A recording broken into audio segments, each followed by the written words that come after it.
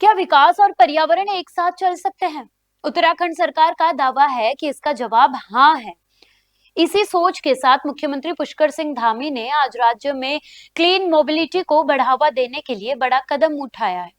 उत्तराखंड के मुख्यमंत्री पुष्कर सिंह धामी ने देहरादून स्थित मुख्य सेवक सदन में आयोजित एक कार्यक्रम में हिस्सा लिया। इस दौरान Uttarakhand clean mobility transition policy के तहत पात्र वाहन मालिकों को सब्सिडी और प्रोत्साहन राशि प्रदान की गई। कार्यक्रम को संबोधित करते हुए मुख्यमंत्री धामी ने कहा कि यदि पर्यावरण संरक्षण का कोई मजबूत मॉडल पूरे देश में है तो वो उत्तराखंड।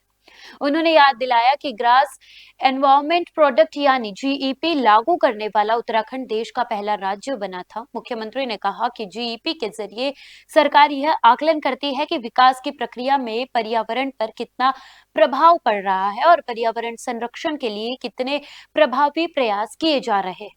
उन्होंने साफ शब्दों में कहा कि विकास और पर्यावरण एक दूसरे के विरोधी नहीं, बल्कि एक दूसरे के पूरक हैं। सरकार ऐसा विकास नहीं चाहती जिसकी कीमत प्रदूषित पर्यावरण के रूप में चुकानी पड़े, बल्कि लक्ष्य ऐसा विकास है जिसमें पर्यावरण भी मजबूत हो और लोगों का जीवन भी बेहतर बने। इसी सोच के साथ राज्य सरकार ने Uttarakhand clean mobility transition policy 2024 लागू की है। मुख्यमंत्री ने बताया कि इस नीति का मुख्य उद्देश्य शहरी क्षेत्रों में सार्वजनिक परिवहन को आधुनिक और अधिक प्रभावी बनाना, पुराने डीजल वाहनों से होने वाले प्रदूषण को कम करना और सीएनजी तथा अन्य स्वच्छ ईंधन आधारित परिवहन व्यवस्था को बढ़ावा देना है। उन्होंने कहा कि सरकार को विश्वास है कि यह नीति राज्य में स्वच्छ, सुरक्षित और टिकाऊ परिवहन प्रणाली की मजबूत नींव रखेगी। साथ ही आने वाले समय में यह मॉडल देश के अन्य राज्यों के लिए भी प्रेरणा बन सकता है।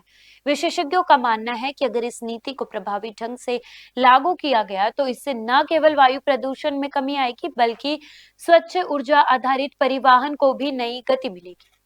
क्या उत्तराखंड की क्लीन मोबिलिटी ट्रांजिशन पॉलिसी वास्तव में पर्यावरण संरक्षण और विकास के बीच संतुलन बनाने में सफल होगी? अपनी राय कमेंट में जरूर बताएं।